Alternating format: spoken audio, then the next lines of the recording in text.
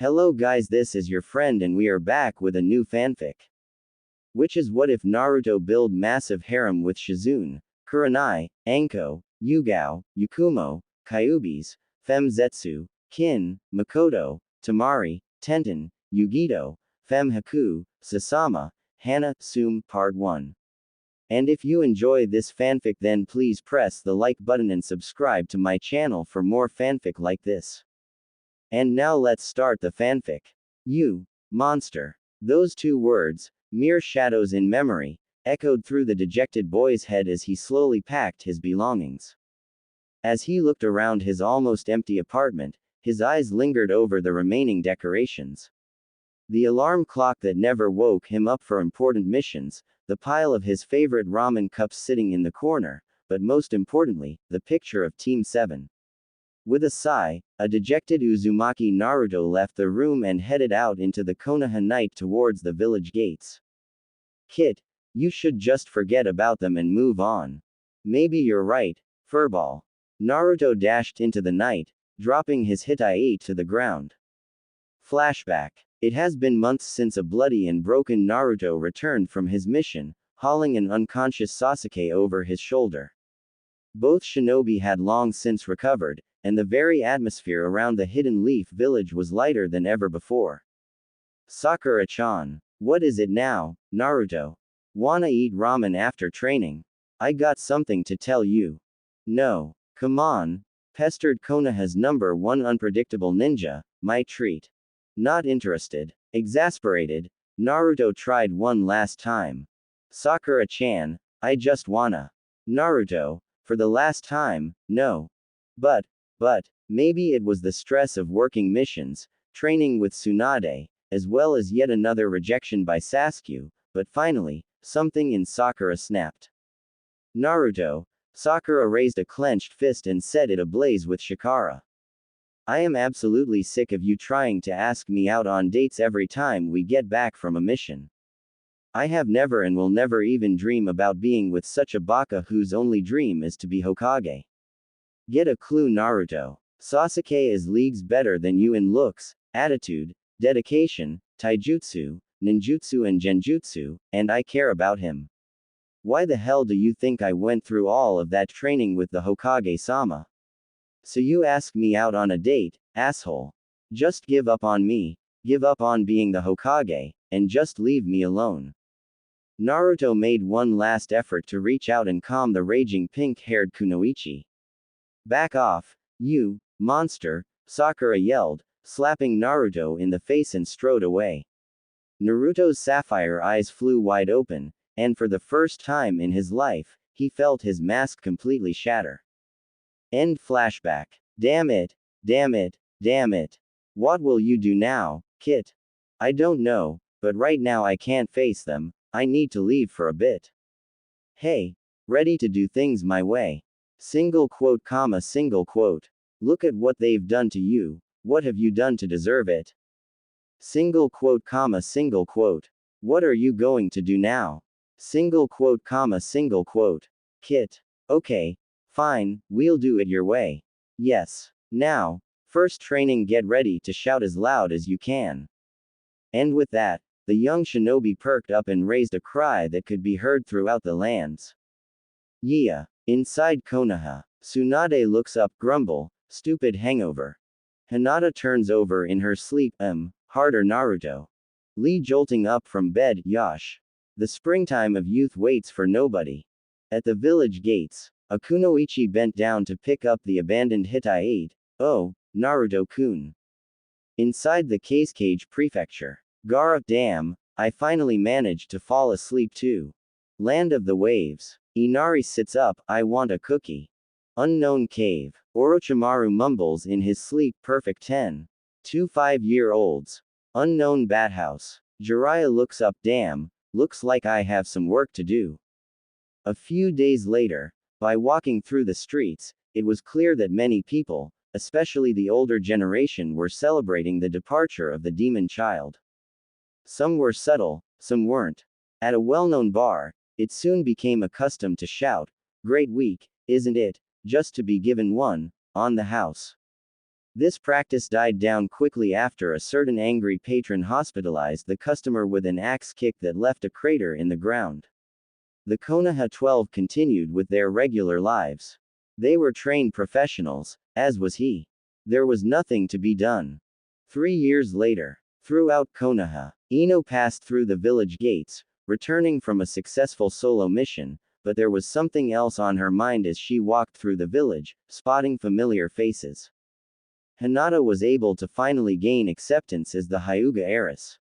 Kiba was still a pervert, but had finally come to view Hinata as a sister, so he stopped hitting on her. Shino was himself. Neji was growing more irritable, but was no longer blaming things on fate. Tenten could be seen wiping away tears now and then, but largely trained with a renewed focus. Lee maintained his energy, shouting about a certain blonde shinobi's youthfulness and springtime of youth. Shikamaru and Choji kept with their regular routine. Shikamaru would stare at the clouds while Choji ate everything in sight. Ino was nowhere to be found. Sasuke and Sakura were growing closer together, perhaps comforting each other in spite of Sai's comments on Sasuke's lack of a. Occasionally, Sakura would wonder exactly what it was Naruto wanted to say. However, all of them shared a common thought. Naruto, where are you? In a distant, mysterious land. ACHOOOOOOOOOOOO. Bless you. 1 more year later. In the middle of nowhere. Well, I'm on my way back, a white-clad man said to nobody in particular, with a foxy grin starting to appear. Naruto-sama, I would advise you to refrain from being an arrogant prick upon your return, an older man jabbed. Well, after having an arrow kitsune locked in my body for so long, it's a wonder I'm still sane, and, the younger man's voice trailed off. A virgin, chortled the vulpine man as the pair drew closer to their destination. The laughter quickly stopped after they felt a threatening presence nearby. Naruto-sama, leave this to me. Minutes later, 2 sound ninja were lying on the ground, dead in a pool of their own blood. Blood which, for some reason, was still streaming from their noses. No longer able to contain his excitement, Naruto let out a primal scream. Yeah. Back in Konoha, Tsunade was at her desk, oblivious to the mountains of paper that threatened to topple over at any moment. Things these days were just too quiet. The Hokage missed seeing the exuberant youth burst in angrily demanding harder missions. She was even wishing she could hear the familiar, Ba-chan, cry one last time. Still, she felt deep inside that he was still alive, waiting for the right moment to make his return. After all, he was the #1 unpredictable ninja, right? Suddenly, there was a faint poof as a masked Anbu appeared, startling Tsunade out of her reverie. The Anbu soldier placed a scroll in her hands. As Tsunade continued reading the scroll, her eyes got wider and wider. Her eyes, previously hazy, had a sharp glint. Summon all the Junins and Anbu captains to the stadium at once. 5 minutes later, Tsunade was standing in front of the pride of Konoha, the elite force that had obtained the greatest respect of all the hidden villages, where she made a startling announcement. It appears that a terrible situation has risen. Orochimaru has returned. There was a noticeable shiver through the shinobi. I thought he was dead. Didn't the white flash finish him off? As well as the rest of the Akatsuki? Tsunade raised a hand to quell the voices. And that's where our troubles start. The Akatsuki are also back, and have joined forces with Orochimaru. They are currently making their way to Konoha and will be here in 3 days. We will now be commencing emergency defensive procedures. Dismissed. With that, the shinobi split off to their respective stations. Tsunade heaved a sigh. Oh brat, please hurry back. Loud shouts and explosions could be heard over the constant clang of kunai and shuriken.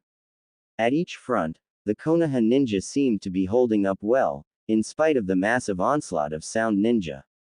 Lee and Guy were back to back, surrounded by a steadily increasing pile of bodies. For once, the two were no longer thinking about youthfulness, or pulling strange sunset genjutsu. A trio of foolish sound chunin jumped into the fray, brandishing katana. Without breaking stride or looking back, Lee lashed out behind him with a fierce kick, catching the first wide-eyed Chunin in the gut, and flying into the pile of broken bones and dead bodies. Quickly pivoting on his left foot, Lee turned around and threw a punch right through the guard of another Chunin. The third Chunin met a similar end when the guy had his nunchaku out and was dealing heavy damage left and right. Still, the two were fighting hard.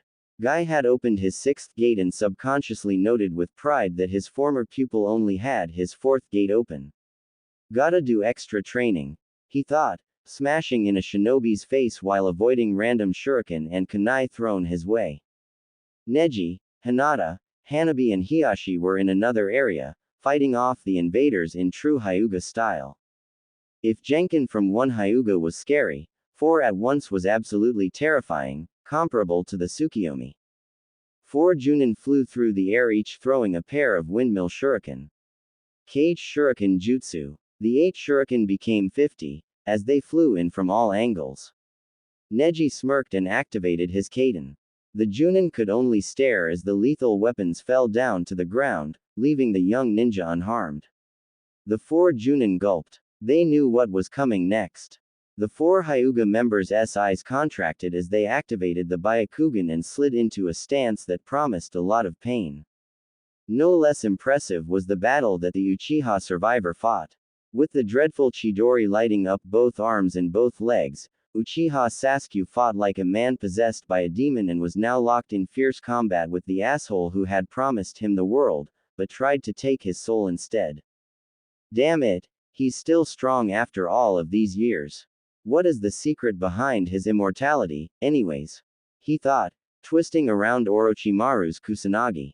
Sasuke swiped across Orochimaru's body with a roundhouse kick and aimed a Chidori-laced thrust at his face. Other equally impressive battles raged outside the gates of Konoha, but nothing compared to the epic struggle that the legendary Sannin Jiraiya and Tsunade fought against the miraculously revived Akatsuki. Katsuyu and Gamabunta towered over the battling shinobi in an effort to even the odds. Even with the help of the 2 boss summons, however, the Sannin were still being pushed backwards by the incredible strength of the Akatsuki members. That's strange, thought Jiraiya, they were never this strong before. Their stamina is almost as great as the little brat's stamina. Jiraiya's musings were quickly brought to an end as the Hokage punched the ground with all of her might, causing massive tremors that momentarily stopped the battle. Kami, that was scary, thought Jiraiya as the battle went on. Unfortunately, the battle was not going well. Sure, the elite ninja were living up to their name, but it was evident that they were running low on chakra reserves. There were only a few sound ninja left, but Orochimaru and Amatsuki were still going strong. How, panted Sasuke. Stupid, I'm immortal, it's no wonder I let you run away, Dobi, replied Orochimaru. Meanwhile, the remaining Akatsuki members stood, slightly winded. Tsunade had just separated Zetsu's weird flytrap from the rest of his body with a chakra-powered kick. Weird little bastard, she thought, almost fainting from sheer exhaustion. Next to her, Jiraiya stood panting, covered in wounds. As the enemy slowly advanced forward for the kill, a nerdy silver-haired shinobi holding a pair of glasses in one hand started to chuckle inwardly. Tsunade hung her head. What am I fighting for? She asked nobody in particular. Since when have I been so devoted to protecting this village's Hokage? Jiraiya smiled sadly and answered, I think you know the answer. The two were weakening and they knew it. In their prime, this battle would have been a fierce struggle, but they would have had the advantage. 30 years had not been kind on the two Sennin, even though with Tsunade, it wasn't immediately obvious on the outside. We can't give up yet, otherwise we wouldn't ever be able to face Naruto, the two thought, struggling to get back onto their feet. Suddenly, there was a massive burst of chakra behind them. The shinobi all turned and searched for the source of this new strength. There, on top of a village gate stood 2 men. The first man was wearing a black ninja gi, his face was almost entirely hidden, but his dark red eyes conveyed great wisdom and something else. Next to him was the actual source of the previous burst of chakra. There stood a man with a regal bearing. He wore a pure white cloak that billowed in the wind with a matching turban that completely covered his face. There was a pause, as the Konoha shinobi looked at this new arrival with suspicion. The bright blue eyes crinkled in amusement. There was a brief flash, and then the turbaned stranger appeared between the exhausted Konoha ninja and their enemies. Turning to face the shinobi of Konoha, he spoke in a husky baritone voice. Things will be all right now. I'll crush these assholes and punish them for their crimes. Turning back to face Orochimaru and Akatsuki, the man growled, now, it's time to send you bastards to hell, sending chills down the spines of all the spectators. Hidan was the first to step up and challenge the stranger. The shinobi in white smirked and proceeded to go through a series of complicated seals that nobody watching knew. His eyes went blank for a second, as did the other man's. Hey, brat, you'd never have guessed it, but. Haha, you're right. I wonder why I didn't notice it before. By now, Hidan was ready to charge forward, but before he could even flinch, there was another flash and the white ninja was behind the death-obsessed psychopath. What the air you doing? He shouted, confused, but his eyes widened as he heard what white shinobi was saying to him. And that's when I figured your technique would really help out your life. I mean, this way, you two are guaranteed to finish together. Just be sure to get her blood beforehand. With a wink, the mysterious stranger jumped back to his original position and waited. A faint blush crept over Hidan's cheeks as he stammered, I can't do this anymore, other important engagements, I have to quit, leaving the confused Akatsuki yet another member short. As realization of their opponent dawned on some of the enemy, a couple more antagonists stepped up to fight, but the rest blanched and disappeared, leaving the Konoha ninja even more confused as to what was going on. Orochimaru and Kabuto were the only ones left standing, somewhat bewildered at the sudden betrayal. The two slowly inched their way forward, but stopped as they saw the white-clad warrior's eyes turn crimson red, which went unnoticed by everybody except for Orochimaru and Kabuto. There was a brief pause before the shock registered on their faces. The white shinobi flashed through a series of hand seals so fast, Kakashi and Sasuke blinked their eyes, wondering if they were seeing double. Hidden technique. Return to youth. Oh shit, thought Orochimaru as he pissed his pants. What the? Thought Kabuto. Naruto focused for a moment, his jutsu lighting the area momentarily before he smiled. He was pleased at this new technique. It allowed the user to forcibly modify the personality to return the victim to childlike innocence, innocence that ironically Naruto would never experience. Kabuto was seated on the grass, plucking up loose blades of grass and scattering them to the winds. The subtle, yet scheming gleam in his eye was replaced by one of youthful innocence.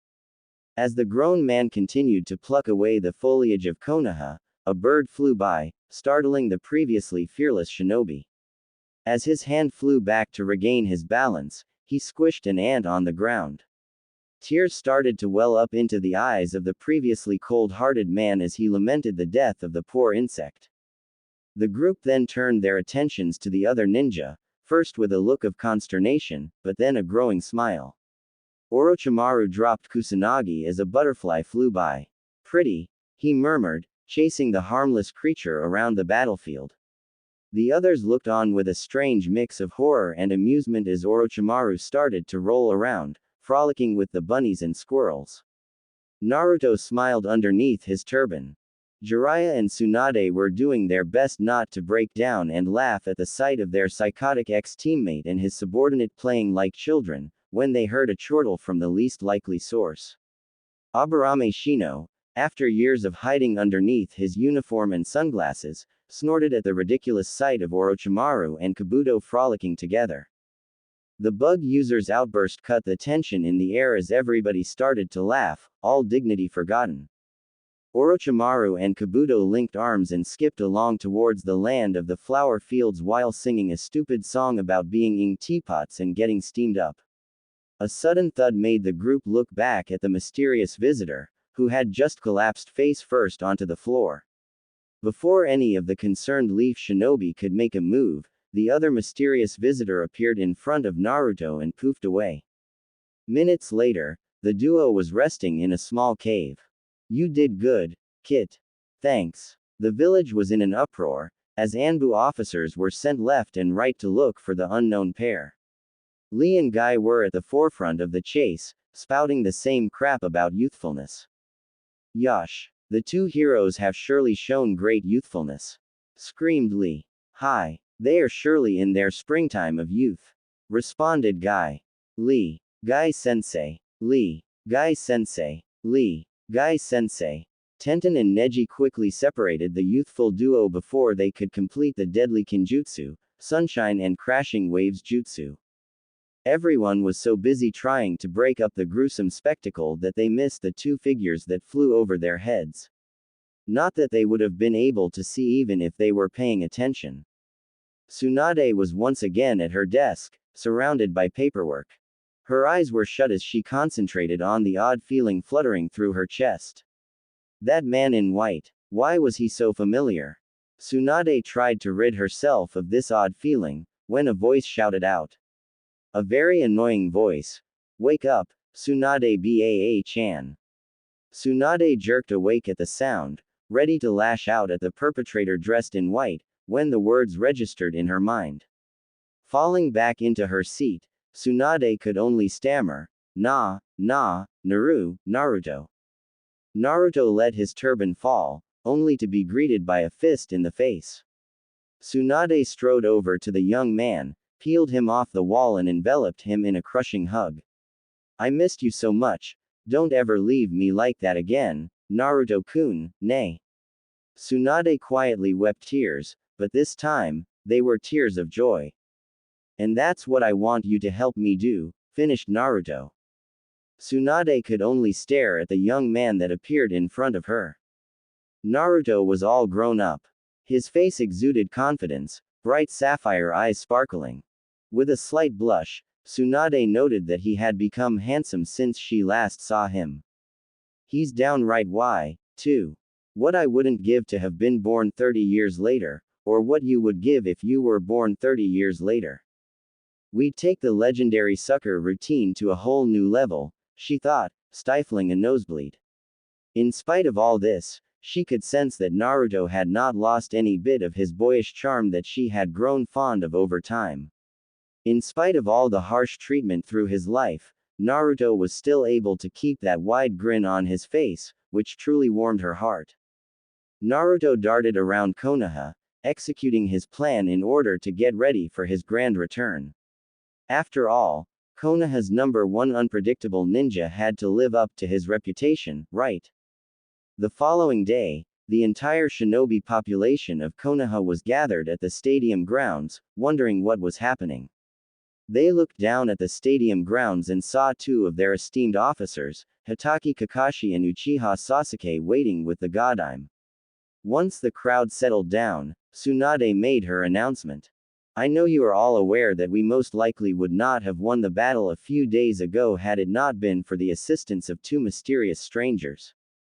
Since then, I have talked with the one in white, and I have agreed to make him and his companions Konoha nin in return for the great service they have done for us. You are therefore gathered to witness the entrance examination, which will determine the rank of our newest shinobi. This will be a match between a team of Hitaki Kakashi and Uchiha Sasuke versus the White Flash. There was a murmur of surprise, as the shinobi couldn't fathom who would be insane enough to challenge two of the best shinobi to a fight at the same time. Baka. Crazy. Troublesome. Chips. Well then, continued Tsunade with a small smile, let's start. Hell yay, let's get this party started. With a poof, Naruto appeared, identity still masked. Kakashi and Sasuke felt a sudden chill go up their spine. Hajime. Before anyone could blink, Naruto disappeared in a quick flash, one that not even the Sharingan could track. A massive killing intent burst from right behind Kakashi, as Naruto went through a series of hand seals. The bystanders looked concerned, worried that their beloved Junin would be the target of a deadly jutsu. Sakura put a hand to her mouth. Tsunade raised an eyebrow. Jiraiya started to laugh, as a growing suspicion became definite certainty. Oh shit, thought Kakashi. Naruto completed the dreadful taijutsu, shouting Senengarashi, causing Kakashi to fly into the air, hands clenching a sore butt. We ain't done yet, right Kit? Yay. Naruto pulled out a small, orange book. The cover read, Ika Ika, Paradise Volume 1, Limited Edition. Thanks to his Sharingan, Kakashi could still read the cover in spite of the large pain in the he was experiencing, and his eyes widened at the sight of such a rare book. Naruto threw the book towards Kakashi, who had a familiar perverted grin. Naruto then made a series of hand seals and brought his right hand to his mouth. Kaden. Gokakyu no jutsu. Tsunade started to chuckle. Jiraiya went from a laugh to a complete meltdown, as did Kakashi. The two had anime-style tears streaming from their faces as their beloved book was burned to ashes. A quick blow to the neck quickly subdued the perverted Junin, leaving Sasuke and Naruto staring at each other. Nani? The crowd shouted, amazed that the copy nin could be defeated easily. They turned their attention back to the fight on hand. The Sasuke 5 years ago would have been overcome with rage at this new development. A new stranger had come up from nowhere and defeats Kakashi in a few minutes. Maybe it was the influence of his ex-teammate, but Sasuke was no longer the cold-hearted arrogant prick of old. Sure, he wasn't a bundle of unbridled energy, and sure, he often snuck sidelong glances at Sai once in a while, but he was no longer the broody teenager that ran away crying when Naruto proved to be the stronger man. Settling into the famous Uchiha Taijutsu stance, Sasuke prepared to launch an assault. The strongest Uchiha charged into battle as onlookers drew a breath. The crowd was in awe. It had already been an hour, and neither combatant looked ready to give up. Sasuke had been hard-pressed to unleash a wide array of ninjutsu, only to find them countered by an even greater force each time. Finally, Sasuke had reached the limits of his patience performing a series of hand seals. Sasuke lit up his arms and legs in the familiar Chidori. Sasuke prepared his self-created taijutsu style, Chidori Jutsu. Getting serious now, aren't we, Sasuke-chan? Naruto taunted, much to Sasuke's chagrin. The pride of Konoha leapt into action once more, and the two engaged in a deadly dance. Jiraiya took out a new notebook, mumbling to himself about branching out as an action thriller writer. Sasuke would lash out a Chidori-laced chop to Naruto's neck, but was surprised to see Naruto arch backwards into a bridge. Pushing off of his hands, Naruto landed a fierce kick in Sasuke's stomach.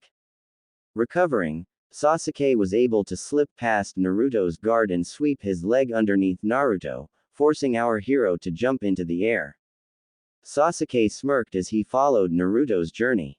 Systematically, Sasuke began to attack Naruto's vital points, cutting tendons and tearing through muscle.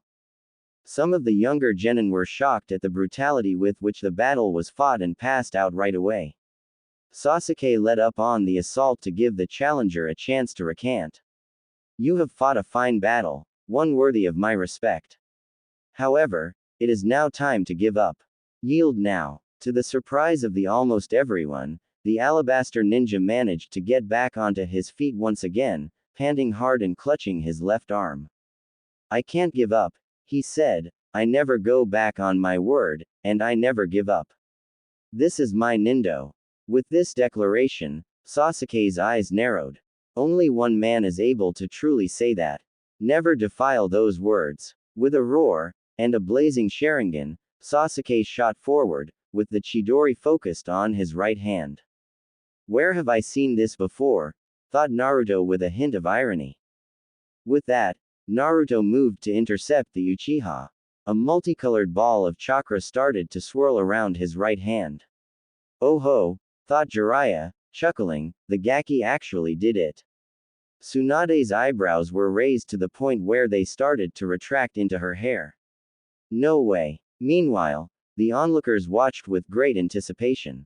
As they drew closer, there was a look of sheer determination on Naruto, while Sasuke started to feel a tiny bit of doubt creep into the back of his mind.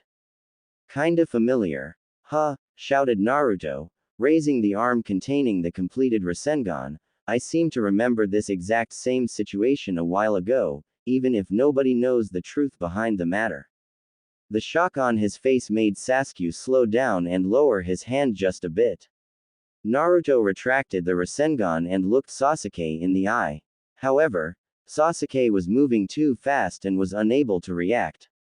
Tsunade gasped in horror as she watched Sasuke plunge his fist into Naruto's heart. Hey! Smirked Naruto. With a poof, the cage bunshin vanished into thin air. Tsunade let out an inaudible sigh of relief and looked about for the real shinobi. Up in the stadium, a concession stand vendor looked on in surprise as the man who was supposed to be fighting was running around looking for some ramen.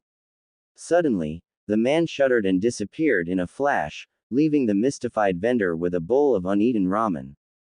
Back on the battle turf, Sasuke tried to collect thoughts and composure when Naruto made his reappearance. Damn it, thought Sasuke, I'm running low on chakra, and if this guy is who I think he is, then I'm in trouble. The fight resumed, but it was clear that Sasuke was at a disadvantage. His movements were slower, and he looked short of breath. Finally, Naruto vanished in a flash only to appear behind Sasuke. A quick blow to the back of the head brought Sasuke to his knees. Naruto then pulled out a scroll and summoned a pair of daggers, one as white as snow and the other as black as night. Naruto reached down and lowered the white one to Sasuke's eyes. With a flash, the dagger quickly flashed across Sasuke's forehead, leaving a gash across Sasuke's hitai. Told ya I could do it on my own. Sasuke's eyes opened even wider as he recalled the defining moment. Flashback. You can't even scratch my hitai, smirked Sasuke as the two prepared to battle. End flashback. Nah, Naruto, you're back, gasped Sasuke as he fell unconscious. Naruto reached up, untying the turban, letting the white cloth fall to the ground.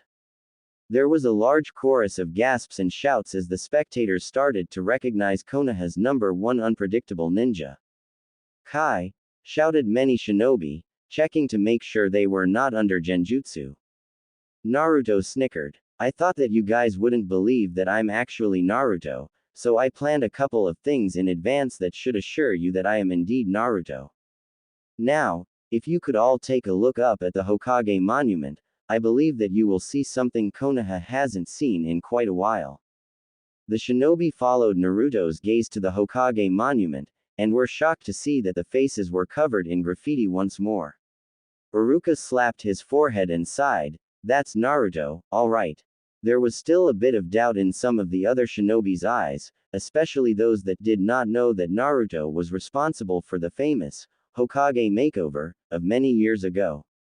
I know what some of you are thinking, that this isn't enough to show that I'm the real deal, declared Naruto, so I took the liberty of preparing something else that should prove my identity. Now, if you would all follow me. Naruto led the group along the familiar road to Ichiraku's ramen, where 50 bowls were already laid out. When they got there, most of the shinobi started to grin. Naruto's insane appetite for ramen, especially Ichiraku's, was well known among the shinobi. Now, what exactly is he planning to do? The crowd wondered. Now, you all are wondering, what exactly do I plan to do with all this ramen, right? Naruto smirked as Tsuki and Ayame started to dish out bowls of ramen. This here is a test of my love of ramen, as well as my improved skills these past few years. You see, while I was busy training, I traveled the lands, visiting many ramen vendors, but none of them could compare to the heaven that is Ichiraku. Here, Tsuki rubbed the back of his head and Ayame blushed a little. One day, when I was meditating, I realized that my method of ramen consumption was a bit crude.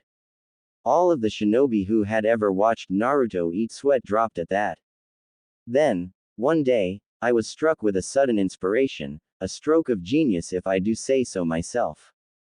Indeed, this is a skill that will be of great use when I finally become Hokage. I wanted to save the honors of testing this out until I got back to Ichiraku's.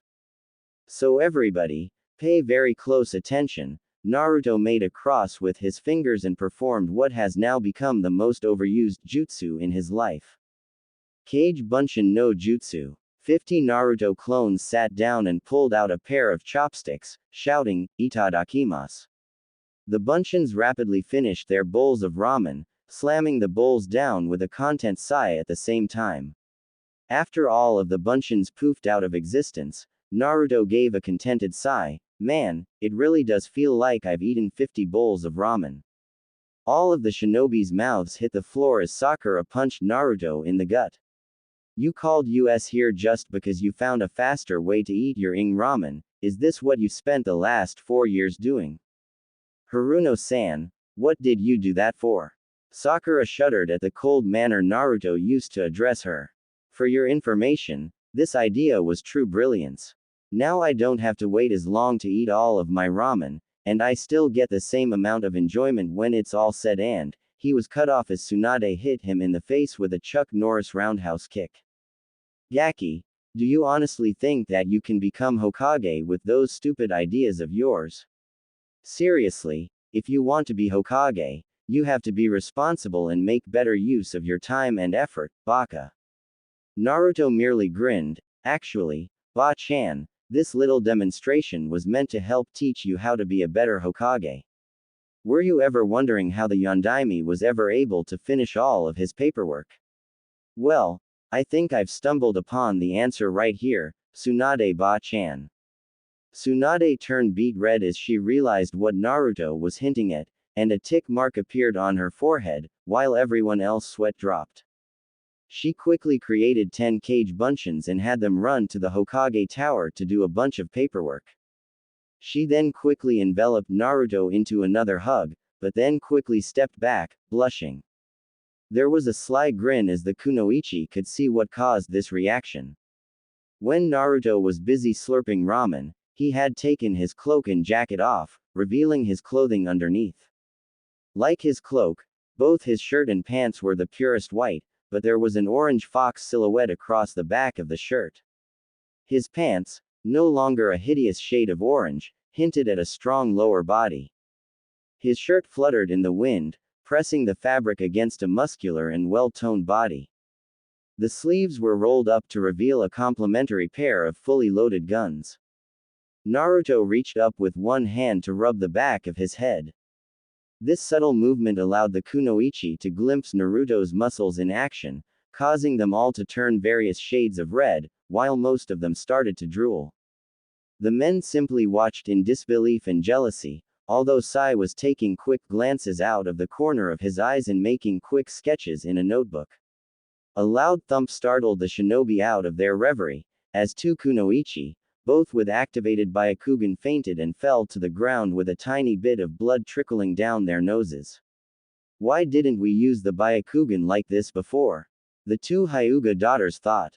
Meanwhile, Sakura was in a daze. Naruto had reappeared out of the blue to defeat Orochimaru and the Akatsuki at the same time. Then, he beat Kakashi and Sasuke in a 2-on-1 fight, followed by an old prank, as well as the interesting ramen demonstration. What surprised Sakura most, however, was not how good-looking he became, although she was one of the kunoichi who drooled once the cloak came off. Instead, it was the cold, impersonal manner in which Naruto had addressed her. Sure, she had said some mean things to him during her last meeting, which probably lead to his disappearance, but she still couldn't understand why Naruto was still bitter and distant, or the Hokage, for that matter. Flashback. You said what? Shouted Tsunade, furious. Sakura had just finished tearfully describing her final meeting with Naruto and was now trembling in fear at the sight of the Hokage. Tsunade could not believe her ears. She had always known that her apprentice had always been harsh with her favorite blonde, but the abuse that Sakura had laid on Naruto this time was uncalled for. She brought a hand down onto the desk, turning the heavy wooden desk into splinters, causing Sakura to sweat drop. It took all of her self-control to not empty her bladder as Tsunade opened her mouth once again, but this time instead of a yell, Tsunade spoke in an even voice. Haruno. Sakura shuddered at the chill in Tsunade's whisper. Please leave this office at once. Sakura was gone faster than she could say, Kyuubi. The next day, Sakura was back in the Hokage's office, almost unable to hear what was coming next. And that's why I can no longer have you as my apprentice anymore. Sakura's mind went blank. Unconsciously, she felt her legs walk out the door and take the long steps to her house. She knew she was wrong to yell at Naruto. He was just being himself, and she had completely crushed him. She decided that she would go see him later that day to apologize. End flashback. By then, the two Hyuga sisters had fully recovered from their fainting spells. By then, the crowd had gotten over the shock and was now bombarding Naruto with questions and compliments. Where have you been? Just how strong are you?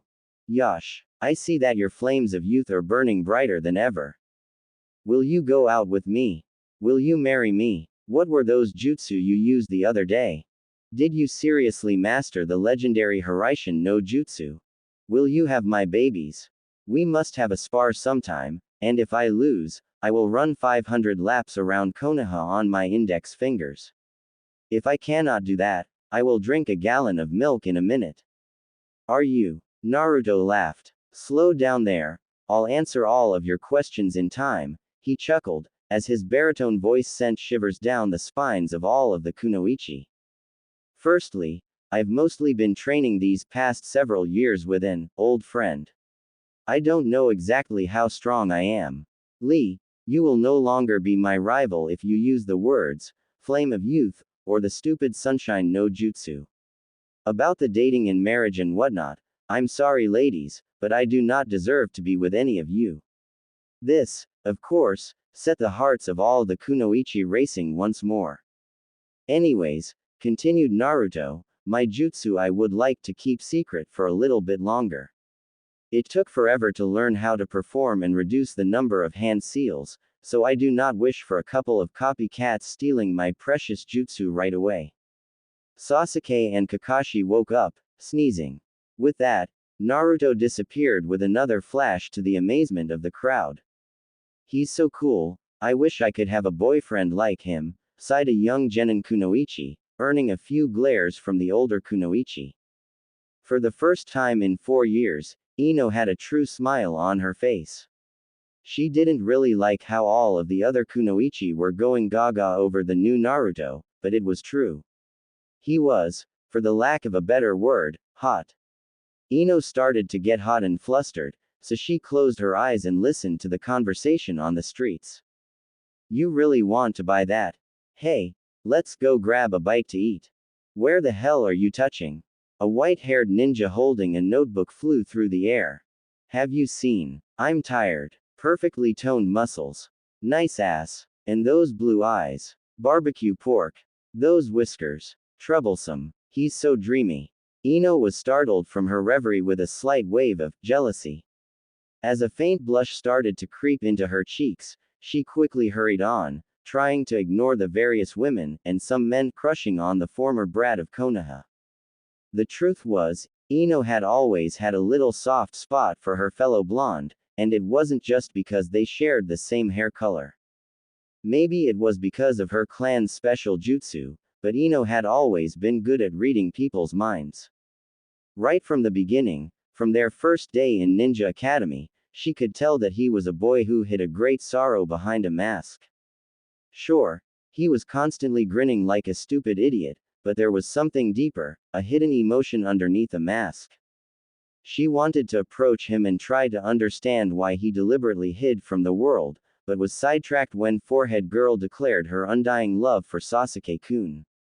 Unfortunately, her young school-girl mind would not back down to a challenge. After all, it was the Uchiha Sasuke that everyone was talking about. As she grew older, she looked back and regretted her decision to get to know Naruto better. It seemed as if fate itself was keeping the two blondes apart when they were assigned to different teams. On the outside, she was groaning because she couldn't be with Sasuke, but on the inside, she knew that she desired to be with Naruto. As time went by, she saw less and less of Naruto, as they were never assigned on missions together. She heard stories of his accomplishments and was impressed, but she saw so little of the boy that she did not give it too much thought. She was still caught up with her stupid rivalry with Sasuke. Damn it, it's so confusing, she thought, suddenly dashing to run back home. She needed a bath to calm her nerves. Instead, she collided with a figure running in the opposite direction and fell to the ground hard. You okay? Ino heard a voice tinged with concern, as well as a pair of arms lightly hoisting her back to her feet. A pair of strong arms. A pair of fine muscular, toned arms. You okay? Asked a concerned Naruto. Ino blushed and pulled back suddenly. She brought her hands up and started to do the Hinata's fingertip thing when she realized what she was doing. Blushing slightly, she looked at Naruto and murmured a soft, "Hey. Hey there yourself, Ino." Naruto flashed a wide grin. Damn it, thought Ino, it's almost like he knows what I'm thinking. Shaking her head, she hardened her resolve. Naruto, how would you like to go eat some ramen later? Naruto smiled even wider. Sounds great, I'll see you at Ichiraku's at 6, then. A loud stampede interrupted their reverie. Oh shit. Naruto's eyes widened as he saw a large number of scary fan girls storming his direction. Guess I have to end this one way or another, sighed Naruto as he crossed his fingers in a familiar seal and created some cage bunshin. Then the fangirls started to attack. The resultant scale of destruction of assault was impossible to describe, but all of the bunshins were being glomped left and right by overzealous fangirls. The memories of each bunshin were then transferred to our lovable blonde who was trying to make his escape. The horrors of all of the memories were overwhelming, and Naruto simply fainted in the middle of the street. When he woke up, he found himself staring into a pair of pale lavender eyes. Naruto-kun, are you alright?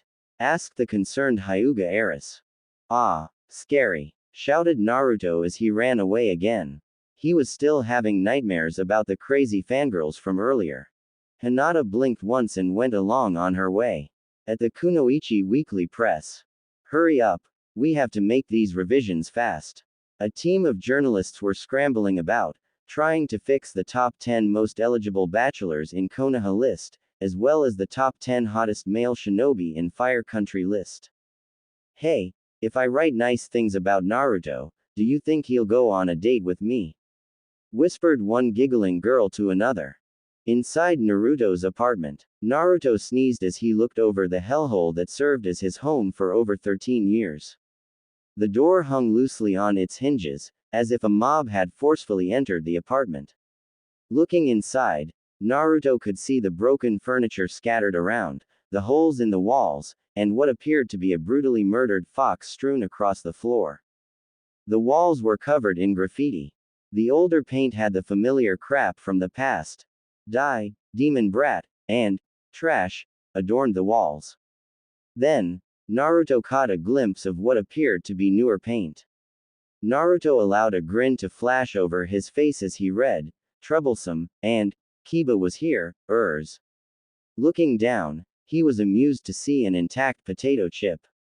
However, this brief reprieve passed as he once again swept his eyes over the demolished apartment. Naruto's companion gave a sigh. You know, Kit, just I can't read your mind doesn't mean that I can't understand what you're feeling. Sometimes you just gotta let things go. Naruto grinned. You're right, Ero Kitsune. Besides, we have a meeting to attend, don't we? With that, the two shushined out of the apartment and headed towards the Hokage's office. At the Hokage's office, Naruto was standing in front of a crowd that included the entire Konoha 12, their former Junin sensei, Iruka, a few Anbu members, as well as Jiraiya and Tsunade. Once again, the questions flowed from everywhere, forcing Naruto to wave a hand and calm the crowd. Whoa there, one at a time. Ba-chan, you first. Where have you been all this time, brat? Naruto grinned. Training, of course, and I've been all over the place meeting up with old friends. I stopped by the sand for a while, I also stopped by at Wave Country to see Tazuna, Tsunami and Inari. Oh yay, I stayed over at the Snow Country for a while as well. That was about half a year. The rest of the time, I was in my new secret training area.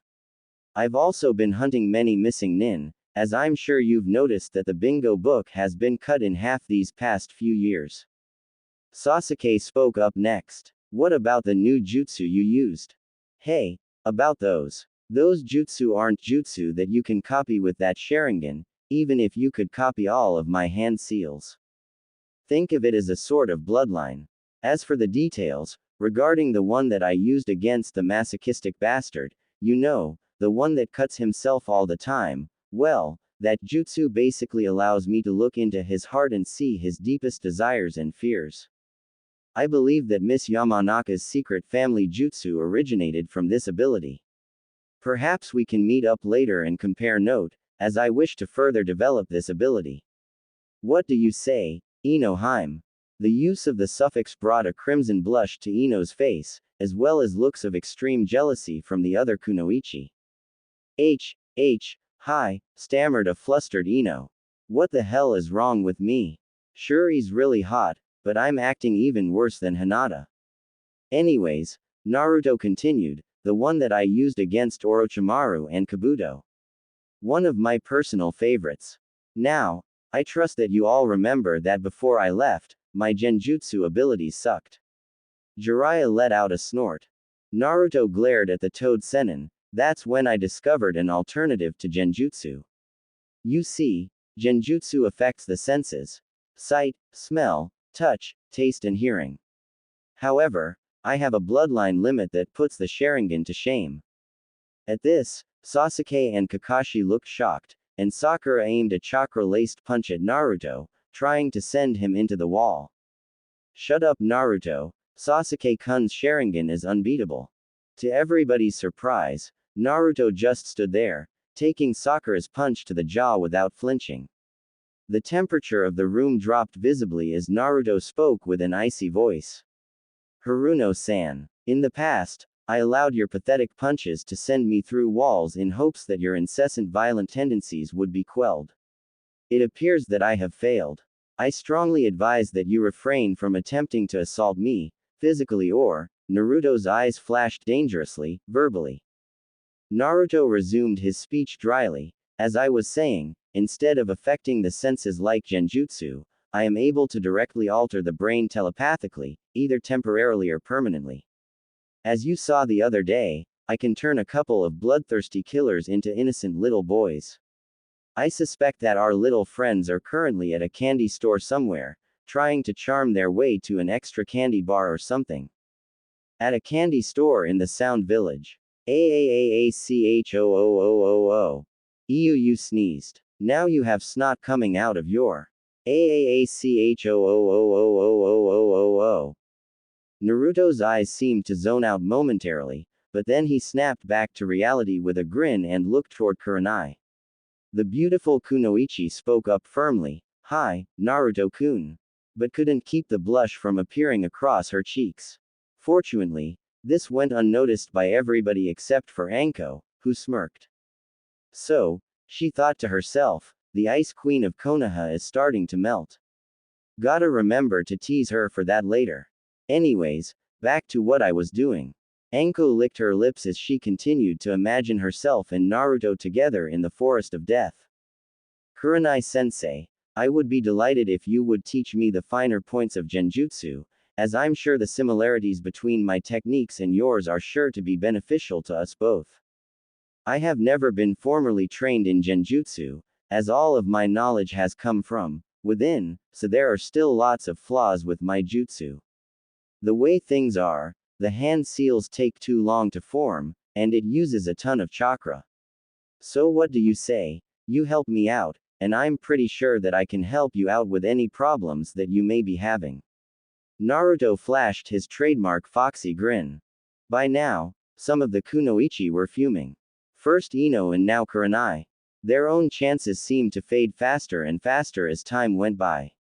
Anko's smile grew wider. Meanwhile, Kurenai did not completely trust her voice, so she just nodded her assent.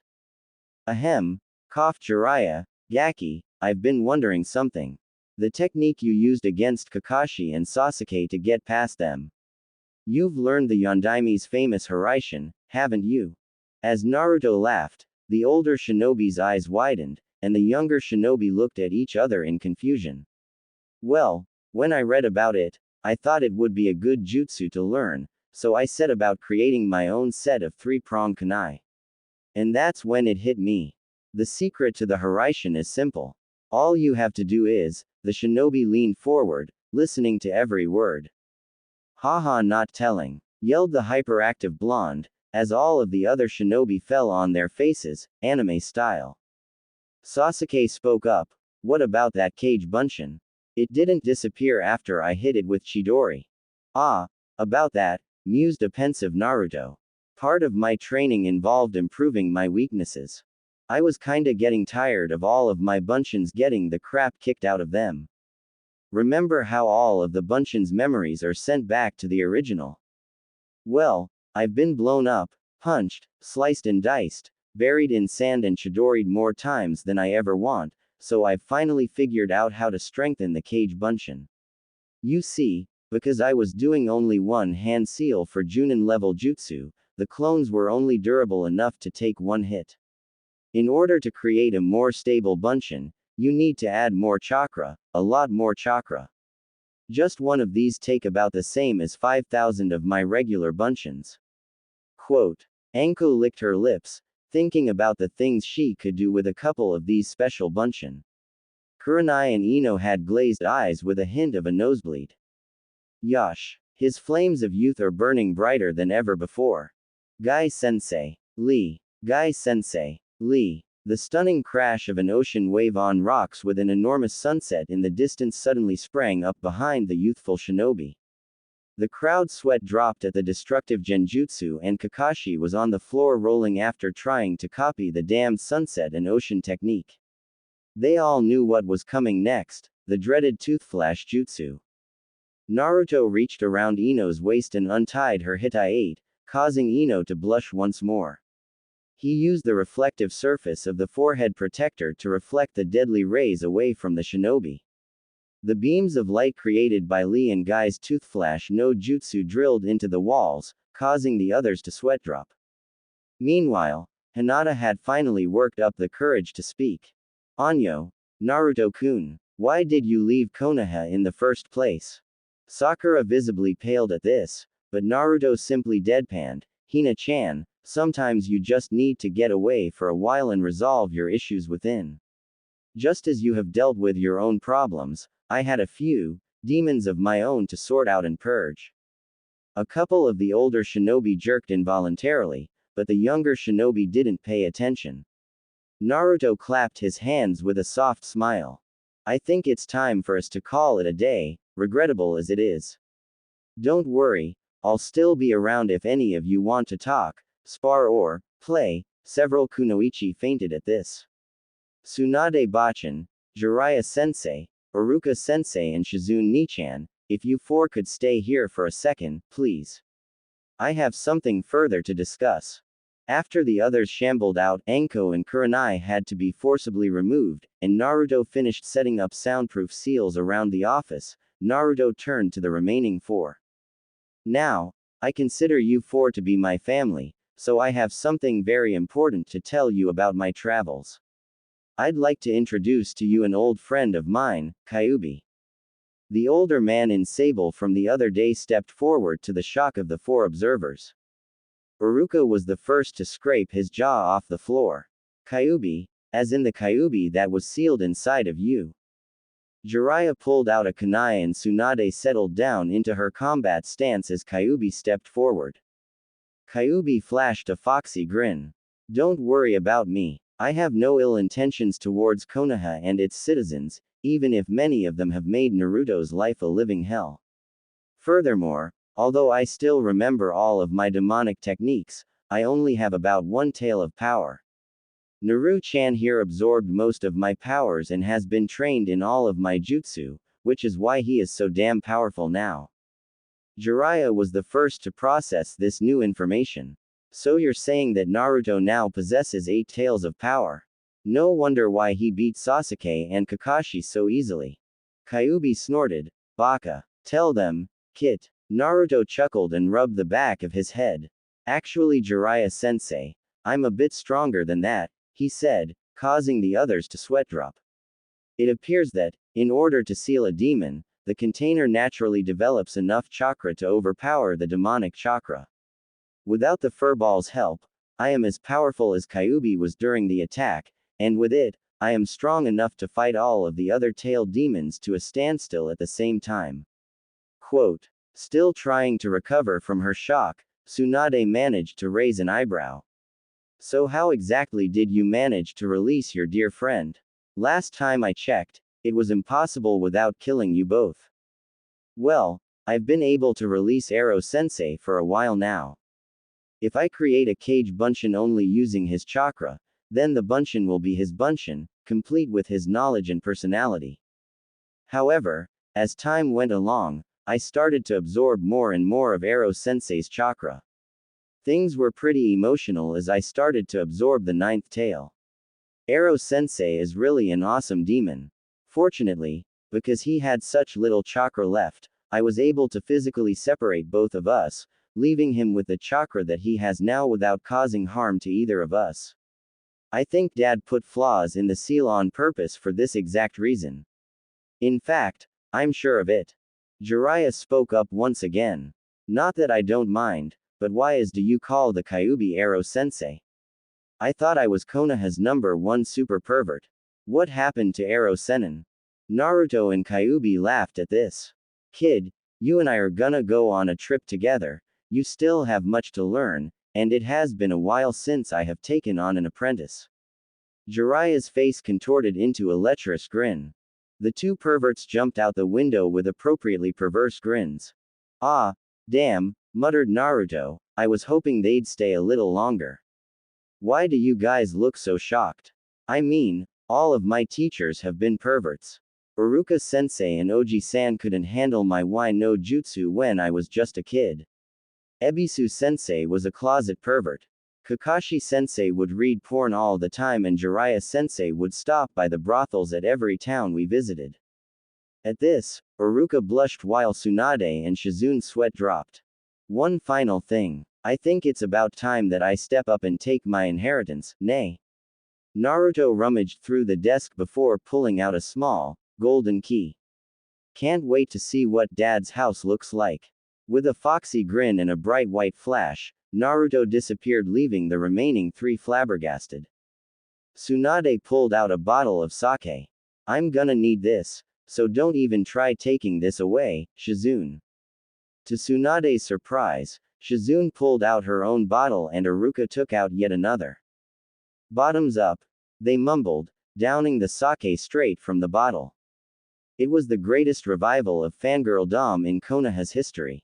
After the realization that Sasuke and Sai were gay, only the creepy yaoi fangirls had anything to celebrate, and even then, it wasn't as fun when they were actually gay. Now that an unattached Naruto had burst onto the scene, love-struck village girls and kunoichi alike were swarming Konoha. It was as if a new light had swept through the village, in the form of our favorite hyperactive blonde. Perhaps the happiest civilian in Konoha at the moment was Tyuki, owner of Ichiraku's ramen stand. When Naruto left, business went down by more than half. The Konoha 12 and their sensei would drop by now and then, but things were never the same without the hyperactive blonde ninja. Now that the crazy ninja had made his return, his stand was swamped by women and kunoichi ordering ramen hoping for a chance at a lunch date with Naruto. This rapid influx of the female population naturally attracted perverts like Kiba, Kakashi and Jiraiya, who also bought ramen to have an excuse to ogle the women. This made Tyuki very happy just watching all the ryo flow into his wallet.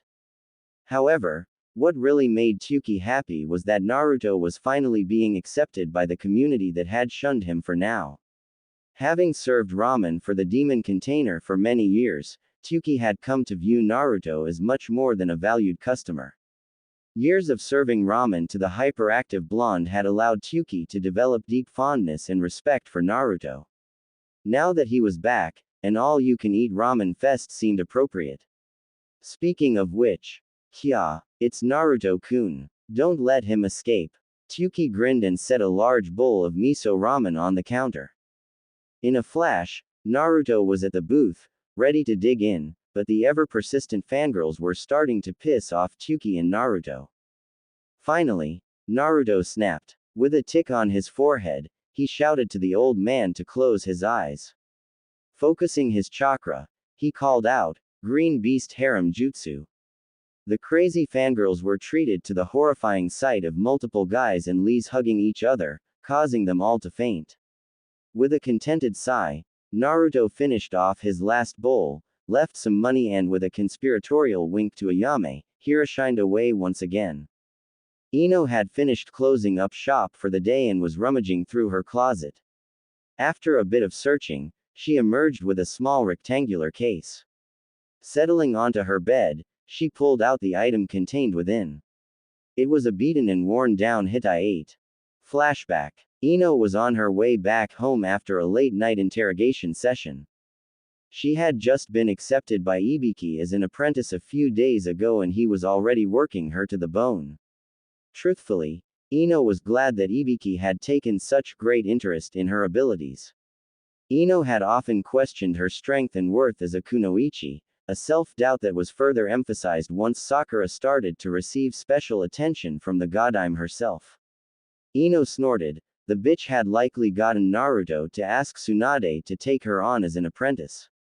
As she walked along the street, she barely noticed the orange blur that rushed past her. Was that Naruto? What's he doing at this hour? Curious, Ino sped off in the direction that her fellow blonde had rushed off to. Minutes later, she arrived at the village gate and saw Naruto hold out his Hittite. What's going on? Is Naruto running away from Konoha? She watched, transfixed as the Hittite dropped to the ground. She remained motionless until a loud cry jolted her from her reverie. Yeah. Ino walked over to the Hittite and picked it up. Her delicate fingers traced the leaf symbol. Just what is going on? End flashback. A few months later, when it was apparent that Naruto was not coming back soon, Tsunade had gathered the younger generation of shinobi and explained Naruto's connection with the Kyuubi. Quite a few of the shinobi expressed outrage at having a demon within their ranks until Shino logically pointed out that a tenant and its container are two separate entities. The buzzing insects hidden in his sleeves threatened to suck the shinobi of every drop of chakra. To Ino, many of her questions regarding Naruto became instantly clear: his isolation, determination and fierce loyalty. With Naruto's reappearance in Konoha, Ino's feelings for the blonde returned tenfold. It didn't hurt that he came back looking like a god. She pictured his strong arms holding her tightly while those luscious lips trailed along her neck, leaving butterfly kisses along the way. He'd then force her onto the bed while she ran her hands over his firm chest and rock-hard abs. After that, she would wrap her milky white legs around his waist. Ino blinked and sniffed the air, smelling the strong scent of her arousal. She sighed. Damn, I just did the laundry yesterday. Whenever Ino lost herself in her fantasies involving herself and a certain blonde shinobi, she would go out for a walk, as the cool air usually served to calm her down. Oftentimes, she would end up at the top of the Hokage monument, where Naruto was known to frequent. Ino would sit there trying to figure out exactly what drew Naruto to that place. Soon enough, she found herself at the top of the Hokage monument. Ino stretched out her arms and breathed in the fresh air. She glanced over the heads of the 5 Hokage and spotted a lone figure seated atop the Yondaime's head. Ino walked to the seated figure, ready to call out when the man turned around. Ino-chan. Ino was grateful that the night managed to obscure the deep flush that spread across her cheeks when Naruto addressed her. Images of her earlier fantasy assaulted her mind, but she forcibly reorganized her thoughts. Yeah, it's me, Naruto-kun. Since when have I called him Naruto-kun? If Naruto picked up on the suffix, he gave no indication that he had noticed. Instead, he patted the ground next to him, silently offering Ino a seat, which she happily took. After a few minutes of comfortable silence, Ino started to shiver. She began to rub her arms in an effort to warm herself up when she felt Naruto drape his cloak over her shoulders. She gave Naruto a look of gratefulness while trying not to stare at his chest and arms. She decided as she started to ogle the blonde god at her side. She was so focused on undressing Naruto with her eyes that she almost missed his question. So Ino-chan, tell me what you've been up to while I've been gone. Ino proceeded to give Naruto a condensed history of her life. When she was done, Naruto leaned back and sighed. Must be nice then, huh? Years of interrogation had trained Ino to pick up on the subtleties of a person's mannerisms. She instantly noticed the slight sag of his shoulders and the faint, wistful sigh. Naruto, I'm sorry. I'm sorry for everything, for laughing at you and your dreams, never believing in you. I ignored you and I wasn't there for you when you needed a friend. I've probably hurt you deeper than I can even imagine. Quote. Ino squirmed uncomfortably during the silence. Finally, Naruto replied. So you know about the fox, then? It wasn't a question, but Ino still nodded. Naruto laid back with his arms folded behind his back and eyes closed. It really hurt, Ino-chan. The feeling of being alone, having nobody to turn to for encouragement and constantly having your dreams thrown in your face is the worst thing in the world. I remember everything that has happened to me, all of the beatings, the hateful glares and whispers, everything. Ino hung her head in shame, berating her younger self for her stupidity. Thank you, Ino-chan. Ino-chan, you were the second person to ever apologize to me, after Iruka-sensei. It really means a lot to me. I forgive you. Ino bowed her head, a light blush adorning her beautiful features. SSS. So what are you going to do now, Naruto-kun? Naruto sat back up and sighed. I don't know, Ino-chan. Probably wander over the place, continue to travel. Konoha doesn't need me anymore. You can't do that, Naruto-kun. We all missed you. Quote. We want you to stay here with us. Naruto snorted, raising Ino's ire. I want you to stay, Naruto-kun. Ino gasped and clasped her hand over her mouth. She didn't mean to blurt that out loud. She cast a nervous glance at the frozen blonde next to her before preparing to run away to avoid any future embarrassment. Before she could flee, a hand darted forward and snatched her wrist, gently turning her around to face Naruto. Do you really mean that? Ino looked into Naruto's eyes and instantly melted. His eyes conveyed such an expressive mixture of hope, joy and happiness that Ino's heart instantly went out to the blonde. She shyly nodded. I've fallen in love with him. Slowly, Naruto leaned towards Ino. I think. Ino reciprocated the action, heart pounding and her lips slightly parted in anticipation. I can. Naruto placed one hand underneath Ino's chin while Ino placed her hands on his shoulders. Begin to. Their lips were inches apart. Ino could feel Naruto's warm breath tickling her face. Ino closed her eyes. Almost there. Just one more. Go kid go. That's my apprentice. Make me proud to have lived inside you all these years. Take her when you get back home. Take her now.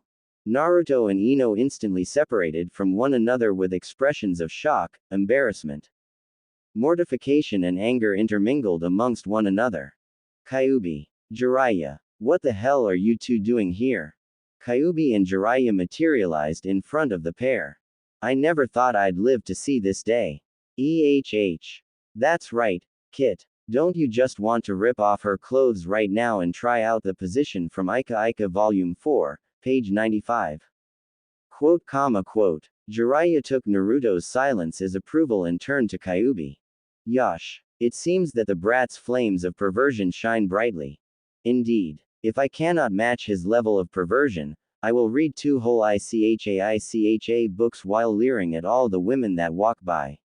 And if I cannot do that, I will steal 50 pairs of panties in an hour. Jiraiya jumped towards the Demon King and the two embraced in a hug. Behind them, The background shifted to depict a sunset and waves crashing against a rock. Oh, Kyuubi-sensei. Jiraiya-kun. Kyuubi-sensei. Jiraiya-kun. Kyuubi-sensei. Jiraiya-kun. Kyuubi-sensei. Jiraiya-kun. Kyuubi-sensei. Jiraiya-kun. Kyuubi-sensei. Jiraiya-kun. Kyuubi-sensei. Ahem. The pervert duo looked over each other's shoulders to find Naruto and Ino crouched behind them with an explosive tag in hand. Naruto quickly attached his to Kyuubi's posterior while Ino did the same to Jiraiya. Jiraiya turned back to Kyuubi. This is going to hurt like hell, right? Pray to the god of porn, my dear apprentice. Well, this is it. With a resounding boom, the explosive tags ignited, sending the pair hurtling through space, followed by a disemboweled wail. It looks like Team Hentai's blasting off. Ino cheered and Naruto did a tiny victory dance as Jiraiya and Kyuubi vanished in a twinkle of light. Their eyes met momentarily, and they quickly turned away, blushing. Well, I should be heading back home soon. Why yeah, I'll see you later, Ino-chan. The two future lovers parted, blissfully unaware of the future in store. The next day, Ino was seated outside her favorite cafe, absent-mindedly stirring a cup of tea and picking at a half-eaten salad. Ibiki had let her out early for lunch. It wasn't her fault that she was too distracted to work. Damn that Naruto for getting her all hot and bothered. She had gone home that night and went to bed, trying to scratch her Naruto itch. As a result, she showed up to the interrogation and torture department late, cranky and sore. Ino started her rounds, grumbling. The first criminal was a convicted rapist, and Ino wasted no time reducing the vile scum into a whimpering puddle of flesh. She quickly moved on to the next prisoner, a known drug lord, and quickly dismantled the man with the same efficiency. Ibiki watched on in a strange mixture of horror and pride as his apprentice systematically broke down all of the hardened criminals in custody. However, Ibiki felt that it was necessary to intervene when a bloodstained and slightly maniacal Ino stalked towards a terrified teenager convicted of shoplifting. After kindly suggesting that Ino run home for a shower as well as an early lunch, Ibiki decided to be the nice guy and let the teen leave. He probably needed a change of pants, judging from the putrid odor coming from his direction. Ino was roused from her musings when she heard a soft rumbling in the distance. A white flash lit up the streets, after which a panicked Naruto could be seen. What the hell? Hey, Ino-chan, you have to hide me, quick, the fangirls are after me. Naruto. That's the first thing you say to me. Where are your manners? Hurry, Ino-chan, hide me, they're trying to rape me. Ino looked Naruto up and down. He certainly looked able, wearing the tight muscle t-shirt and pants that accentuated that nice, firm. Ino quickly quashed the sudden urge to rape Naruto in the middle of the street with everybody watching. Instead, she threw Naruto underneath her table, much to Naruto's relief.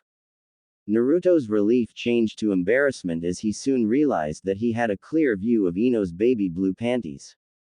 I wonder if Ino is wearing a matching bra. Damn you, Ero-sensei, Ero-senin. Somewhere in the sky, Jiraiya and Kyuubi sneezed, sending them flying further away. Naruto moved to crawl out from underneath the table to avoid further embarrassment, but immediately ducked back underneath the table when he spotted a large group of girls prowling around, similar to a bunch of foxes searching for a rabbit. A hot rabbit. That was close, thought Naruto before a hand reached underneath the table and violently jerked him from underneath. After Ino had thrown Naruto underneath the table, she concocted an impromptu plan. She uncrossed her legs and slightly parted them, hopefully giving Naruto an eyeful. She was about to trail one hand along her thigh, when a voice interrupted her thoughts. Yamanaka-san, I like you. Please go out with me. Ino looked up to see a village boy with his head bowed, holding out a bouquet of flowers that she had arranged for the boy the day before. Stupid bastard. She slapped the fool in the face. You ass, I arranged that for you. You don't give a girl the flowers that she arranged and ask her out. Besides, I already have a boyfriend. Oh, who? Single quote dot. He might be persistent, but he's still a bastard. Hardening her resolve, she reached under the table and pulled Naruto out. The other boy's eyes narrowed. I don't believe you. What was he doing under there? Ino quickly answered, scratching an itch I had. Neither of the boys missed the innuendo, but the villager quickly regained his composure. So a lunch date, huh? Yeah, we were eating together before you interrupted us. I only see one meal on the table. What about your boyfriend? Ino smirked. He was eating, trust me. I know he's eagerly anticipating dessert. By then, Naruto's brain had already crashed as visions of Ino removing her baby blue underwear assaulted his mind. Still, the villager was persistent, so Ino decided to take charge. You want proof, huh? Then watch this. She grabbed the back of Naruto's face and mashed her face into his, sucking his face off. Ino then grabbed his hands and tried to place them at the small of her back, but Naruto's hands slipped a bit and landed on her. The shock of felling a woman's posterior for the first time caused Naruto to clench his hands and squeeze Ino's butt, eliciting an erotic moan from the kunoichi. Meanwhile, the fangirls noticed Naruto being pulled out from under the table. Before they could approach their blonde hottie to offer their services, one Yamanaka Ino grabbed Naruto and started to make out. The fangirls were even more surprised to see Naruto return the kiss. Even worse, this was Yamanaka Ino, the kunoichi who had single-handedly defeated the entire Sasuke Yaoi platoon at age 9 wielding only a blunt practice kunai. Naruto was lost in his own world. His first real kiss with Yamanaka Ino, the beautiful blonde he had secretly crushed on before he knew what a crush was. He gasped in surprise as Ino licking her lips and felt a spark of electricity as Ino's tongue entered his mouth, ravaging every crevice of his mouth. It was then that Naruto decided to try something spontaneous. Thanking Kami for his greatly improved chakra control, Naruto releasing a steady stream of chakra from to the tenketsu in his tongue and slid his tongue into Ino's eager mouth. The effect was instantaneous, and Ino would have completely collapsed had Naruto not supported her. To Ino, Naruto's chakra-laced tongue entering her mouth was mind-blowingly orgasmic. It took all of her shinobi training and focus to not come right away. Still, Ino noted that neither of them were experts at kissing, as she had only kissed Shikamaru a few times during her genin years and the only kiss that Naruto had was likely the accidental one he had with Sasuke at the academy. It was just something that the two of them simply needed to practice. As she moaned when another orgasmic wave coursed through her body, Ino made a mental note to practice with Naruto more often. The couple slowly broke apart, slightly panting. They lovingly stared into each other's eyes until a voice broke the silence. Naruto-kun, Tsunade-sama wishes to see you. I suppose Ino-san should go as well. Naruto and Ino turned to see a red-faced Shizune, desperately trying to avoid eye contact with either of the blondes. Naruto sighed, we can use the Hiroshin, then. Ino immediately draped herself over Naruto's body while Shizune chose to hold onto Naruto's outstretched arm. With a flash, the trio disappeared, leaving no sign of their presence, except for a cup of tea, a half-eaten salad and a lump of change. Tsunade was drifting off to sleep when a flash illuminated her office. She looked up and saw Naruto standing there with Ino wrapped around Naruto and Shizune hanging off his arm. Tsunade raised an eyebrow.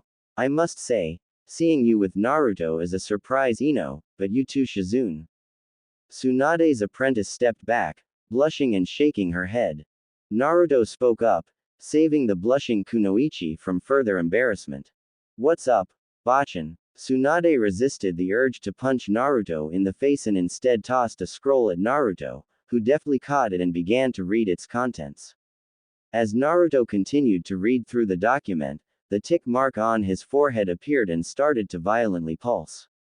When he finished, he looked up and glared at Tsunade. What the hell is up with this clan restoration act? Tsunade stared right back, refusing to give ground. You are the last of your clan, so you need to repopulate your clan, seeing as your entire clan sacrificed themselves during the Kyuubi attack. Yeah. Sorry about that, Kit. Jiraiya and Kyuubi climbed through the window and entered the office, acting as if they hadn't been sent into orbit recently. Jiraiya gleefully pulled out a notebook. Ah, you make me so proud, brat. So how does it feel knowing that you are about to live every man's dream soon? Tsunade and Kyuubi sniggered as a red-faced Naruto pointed at Jiraiya. Hey, shut up Ero Sennin. That's why no women ever want to have with you, baka. Jiraiya hung his head in shame. Besides, Naruto continued in a more subdued voice, I don't think Ino-chan would like me having another girlfriend. Yeah, agreed Kyuubi, even if she did approve, she'd probably only let you marry the really fat and ugly village girls. Jiraiya put on a look of mock horror until Ino leaned towards Naruto's voice and murmured so that the rest of the people in the office could hear, actually, Naru-kun, that's not a problem at all. Did I forget to mention that I'm bilingual? Naruto's eyes glazed over while Kyuubi and Jiraiya fainted. Elsewhere in Fire Country, two kunoichi wearing sound headbands were headed towards Konoha. That goddamn fathering snake cunt-sucking manwhore. What kind of mission is this? Calm down, to Yuya-chan, you know what that Orochimaru-sama will do to you. He's been in a terrible mood ever since he was released from Uzumaki's jutsu.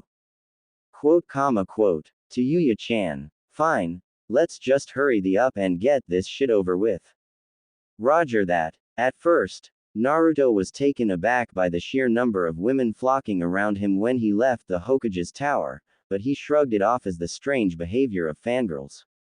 Even Shizune Nichan had given him funny looks as he left the building.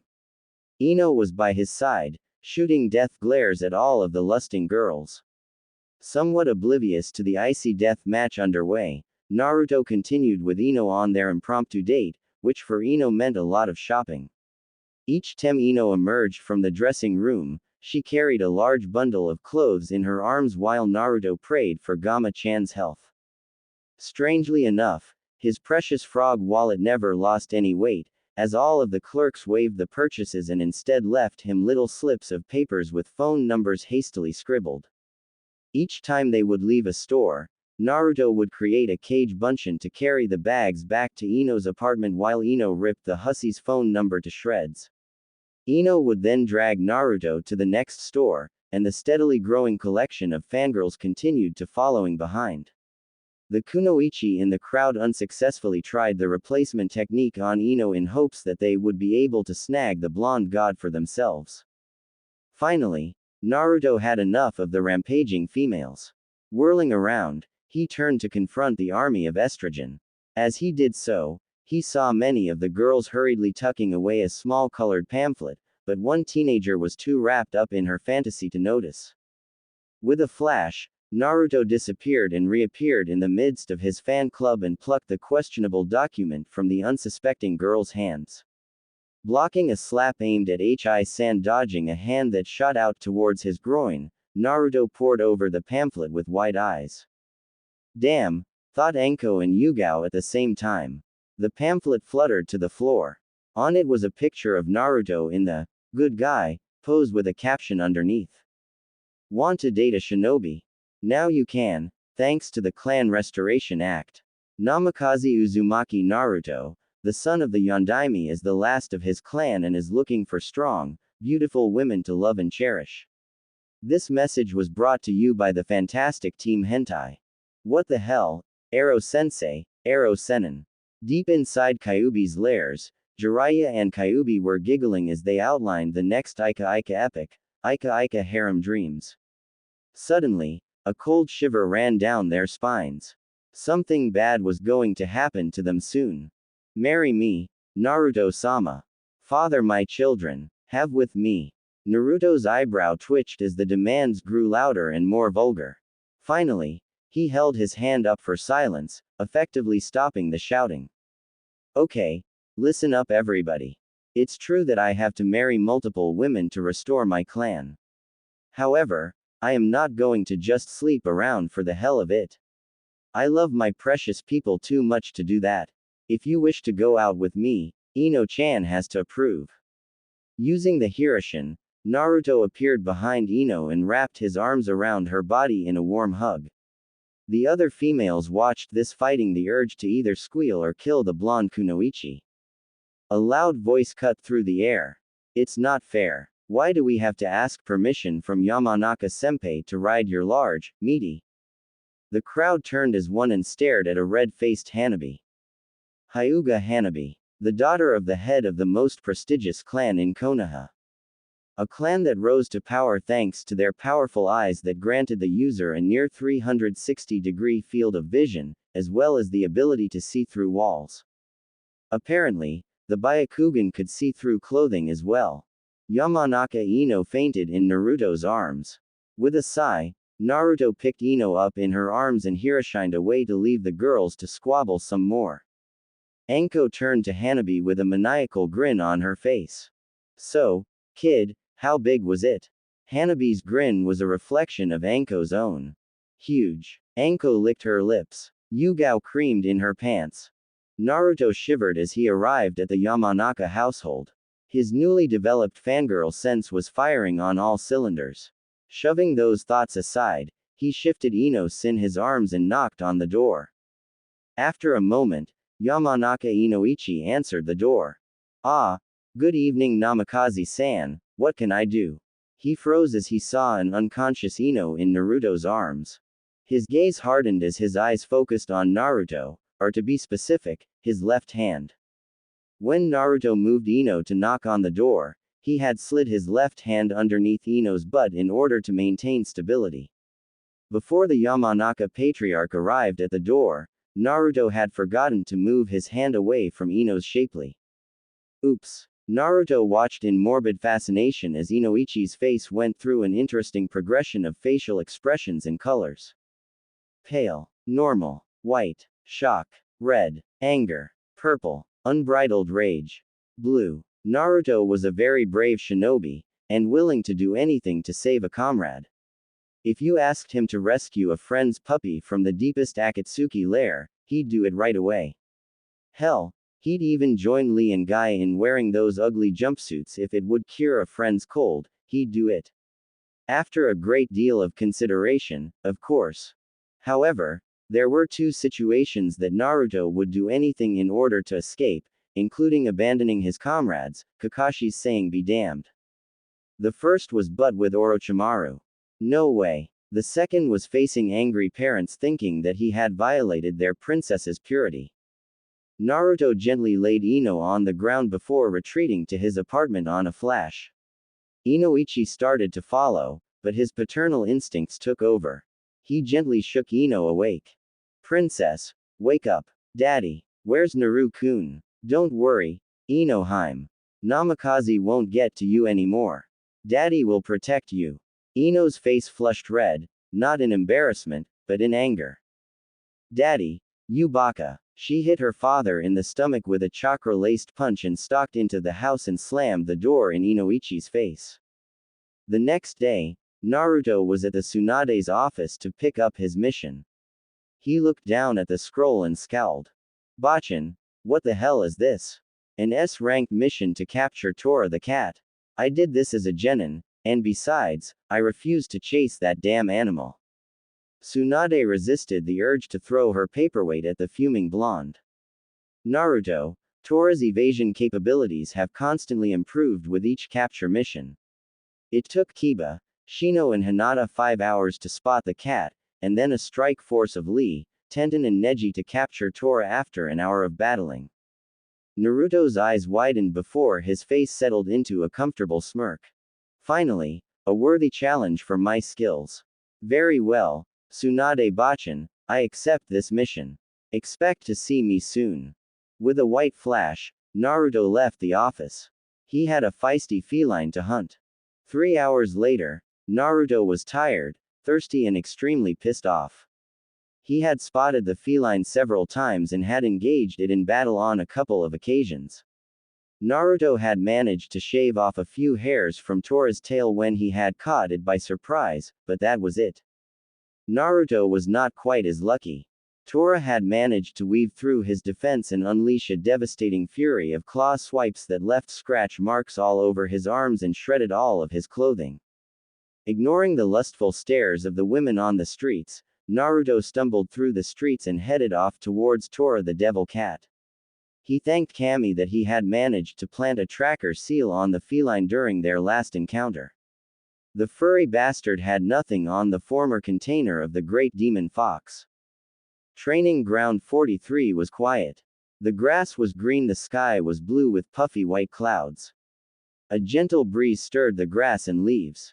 A lone cat could be seen walking through the grass. The cat had a red ribbon affixed to its right ear and a large scar in the middle of its forehead. Still, the training ground was peaceful. A lone cry echoed through the training grounds. "I'll kill you, you damn bastard." Instantly on alert, Tora turned around and scratched the blonde shinobi in the face. The blonde jumped back, clutching his bleeding face. Tora smirked inwardly. It was another grand day. Nobody could defeat the mighty Tora. The shinobi burst into flames and with a jolt, Tora was hoisted into the air by the neck and came face to face with a sadistic Naruto. Maybe today wasn't such a great day after all. As Naruto stared at Tora, he felt an odd, tingling sensation in the hand holding Tora. Brushing that aside, he reached inside his pouch and pulled out a tri-pronged kunai. "Alright, you little bastard, I'm going to neuter you and feed your testicles to Sasuke Tem." Before he could proceed with his plan, he suddenly recognized the sensation in his hand. It was an advanced genjutsu, but what could it be hiding? Naruto focused his chakra and muttered, "Kai." The resultant explosion and surge of chakra blew Naruto back, causing him to relinquish his hold on Tora, who was enveloped in smoke. As Naruto looked on, he heard a decidedly female voice come from the smoke. "What were you going to do to me?"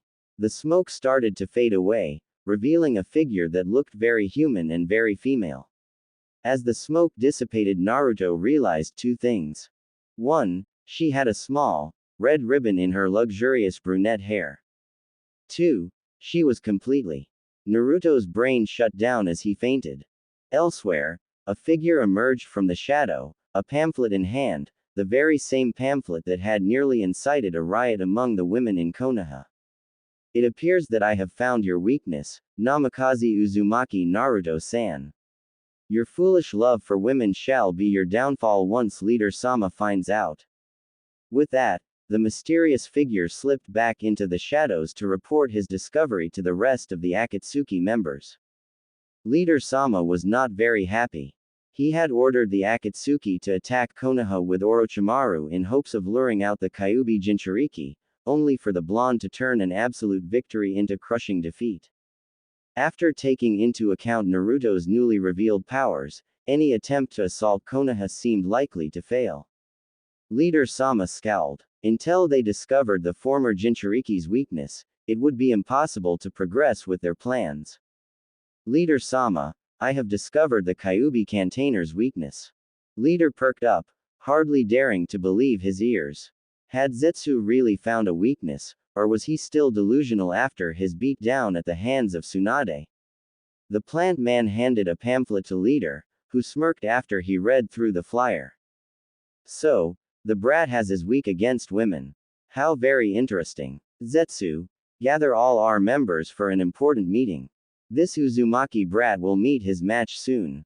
Naruto sneezed, causing the now human Tora to flinch back in disgust. "Ew, that's gross. I didn't know that retards got sick." "Hey, shut up. Man, someone must be talking about me." HMPH. Tora turned to walk away, but being unused to bipedal walking, tripped and started to fall. Right before she hit the ground, two strong arms grabbed her, halting her decent. She looked up to see Naruto grinning at her. She wrestled out of his grasp and glared at him. "What are you looking at, shithead? Are you a human or a cat?" Tora sighed. "I'm a full-blooded human, and I was a genin fresh out of academy. It was my first C-ranked mission, and I tried to use henge, but I ended up screwing up the hand seal on accident. Turned myself into a cat, and I couldn't change back because I couldn't form seals to channel my chakra. Naruto couldn't help it and sniggered at Tora's misfortune, much to the former feline's irritation. Hey, shut up, sucker. Sheesh, no need to swear. I'll say whatever I want. Got it, asshole. She spun on her heel and stalked away, only to fall to the ground once more. Naruto's sweat dropped as Tora once again swore up a storm. Is there anyone who swears as much as she does? Over at the village gates, Tayuya and Karen were sneaking into Konoha when Tayuya sneezed, alerting an Anbu squad to their presence. What do you suckers want? Karen and the Anbu squad sweat dropped. Tora, you okay? Naruto looked in concern as Tora clutched at her ankle, grimacing in pain. URG, I think I twisted my ankle. You're a shinobi, right? Use some healing jutsu on me right now. Shit, the only medical jutsu Kyuubi has taught me was the contraception jutsu. Stupid arrow sensei. I don't know any medical jutsu, but I can take you to someone who does. Then hurry the up. Naruto sighed and pulled off his shirt and pants before tossing his clothing to the girl on the ground. Tora looked up in surprise. What's this for? Get dressed. I'm not taking you into town. Tora looked down at her state of undress and flushed red. She quickly grabbed her clothes and covered her sensitive areas. Turn around, you pervert. Naruto complied and waited while Tora gradually slid the clothes on. Alright, now take me to someone who can treat me fast. Naruto sighed. Were all women always this bossy? He turned towards Tora to pick her up and froze. In her undressed state, Naruto had tried his best to avoid staring at Tora. Looking at Tora, he was struck with the sheer elegance and beauty that the brunette seemed to exude.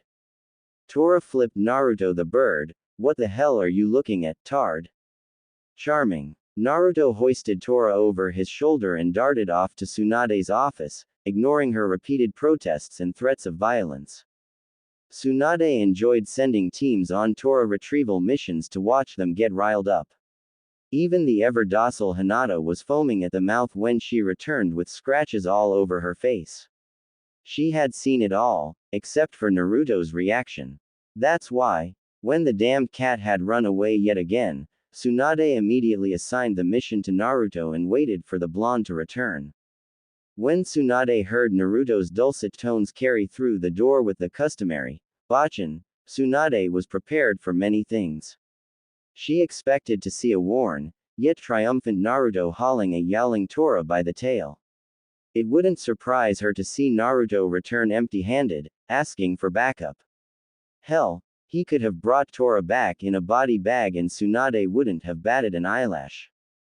That's why, when Naruto walked in with a grumpy expression on his face hoisting an equally pissed brunette over her shoulder, Tsunade's pre-planned smirk fell apart to be replaced by one of befuddlement. Naruto placed the brunette on Tsunade's desk, dodging the kick aimed for his face. Heal her, please. After Tsunade applied her jutsu, she turned to Naruto.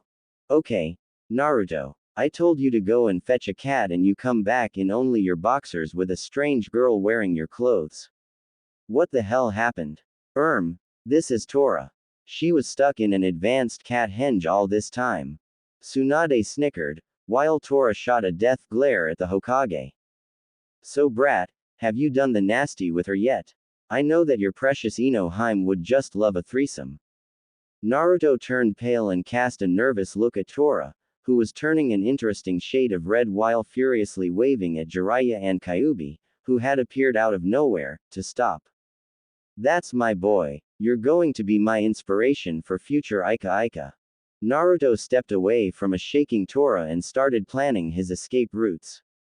Kid, you're on your way to the pinnacle of perversion, the massive orgy.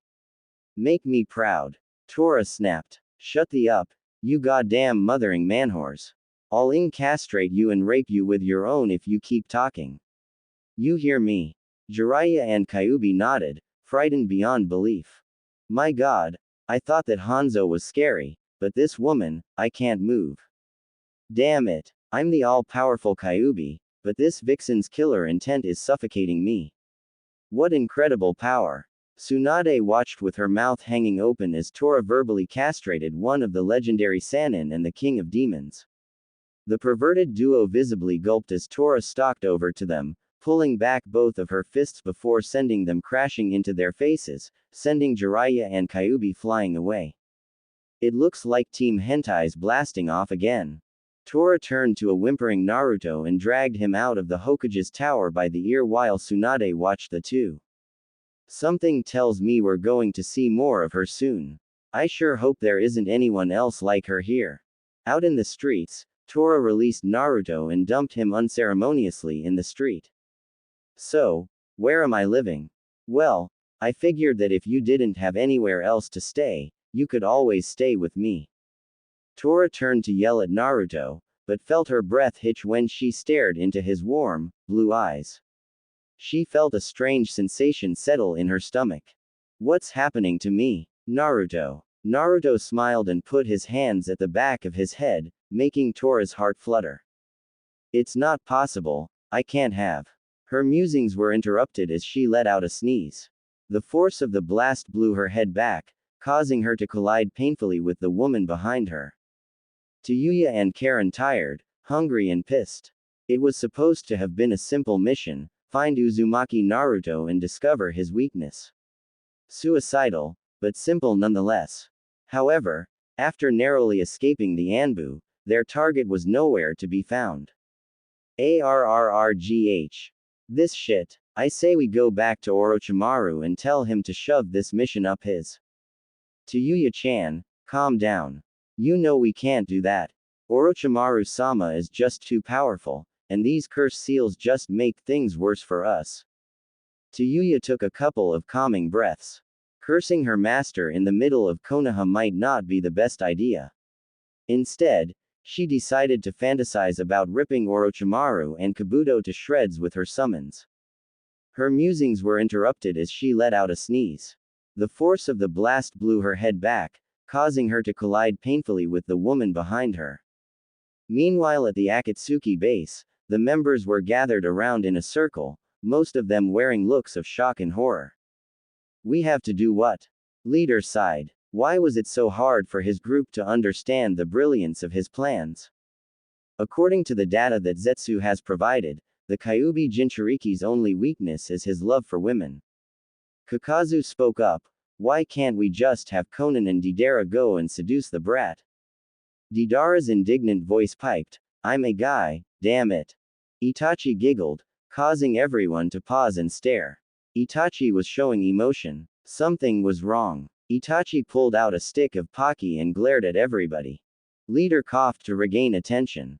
Even with this weakness, Namikaze is not a foe to be underestimated. That's why all of you will have to apply this seal to your bodies, temporarily turning you all into females. Not even the legendary medic Nin Tsunade would be able to tell. Grumbling, the Akatsuki members lined up one by one for the temporary change. Leader Sama's orders are absolute. No matter what. When Yuya and Tora bumped heads that Konoha day, the winds of change blew through Konoha, signaling new, chaotic times. The fiery beauties turned as one to stare at each other, and the atmosphere around the two dropped considerably. Oh shit, thought Naruto and Karen. Who the is this? Thought Tora and Yuya. Back in their secret lair, Jiraiya and Kyuubi were busy posting recruitment posters throughout Konoha. They had agreed that in order to expand their territory and influence, it was imperative that they recruit new members. So, Jiraiya-kun, how many people do you believe will apply to join our club? Jiraiya grinned. More than you'd think, Kyuubi-sensei. Konoha is full of perverts. We just need to band together. Lee broke off his meditation and looked on in concern at his beloved Guy-sensei, as the older man's face suddenly contorted in pain. Guy-sensei, what's the matter? Lee, I just sensed a shift in the atmosphere. It was as if the very flame of youth was being sucked out of the air. Yosh. Then I will train twice as hard to restore Konoha's flames of youth. That's the attitude, Lee. However, I feel as though we must work to spread our youthfulness to our fellow peers. Yosh. Then starting tomorrow we will recruit new green beasts. Lee. Guy Sensei. Lee. Guy Sensei. Lee. Guy Sensei. Lee. Guy Sensei. Lee. Guy Sensei. Lee. Guy Sensei. It was a normal evening at the hot springs, and the women were inside bathing as usual. Meanwhile, Jiraiya and Kyuubi were peeping on the bathing women while giggling perversely. Jiraiya-kun, your peeping jutsu is the greatest technique ever created, surpassing my strongest techniques. You truly are my beloved pupil. The duo continued to observe the buxom women in the hot springs, ignorant of the impending doom. Guy Sensei, these two men over there are being unyouthful. We must confront them to restore their flames of youth. That's right, my dear Lee. However, we must be careful. I fear that these most unyouthful fellows are powerful opponents. With that, the green beasts of Konoha slowly approached Team Hentai in what would be the first in a series of epic battles. Hold it right there. My springtime of youth compels me to stop your unyouthful behavior. You say something. Cha. It appears that I have found a new rival. Mysterious stranger. I challenge you to a contest of youth. Jiraiya-kun, why the hell are these two here? Shit, Sensei, we have to run away before we get caught up in the Lee. Guy Sensei. Lee. Guy Sensei. Lee. Guy Sensei. Lee. Guy Sensei. What the hell is this?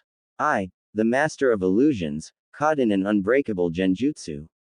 Impossible. Sensei, stopping this jutsu is impossible, but if we hold strong to our powers of perversion, we will be able to overcome anything this terrible duo throws at us. That's right, my dear student. In Big S we trust. Sensei. Jiraiya-kun. Sensei. Jiraiya-kun. Sensei. Jiraiya-kun. Sensei. Jiraiya-kun. Sensei. Jiraiya-kun. Lee and Guy watched, horrified, as the pervert duo met in a true man hug, with a giant Ika Ika poster in the background. For the first time in Konoha history, the Green Beast Genjutsu was broken. Over at the Akatsuki base, Leader Sama was proudly surveying the results of his latest plot to defeat Uzumaki Naruto. All of his subordinates were now women, ready to attack the brat once he let down his guard. My, Itachi, you look beautiful as always. The Sharingan wielder scowled at his partner. The stupid Char.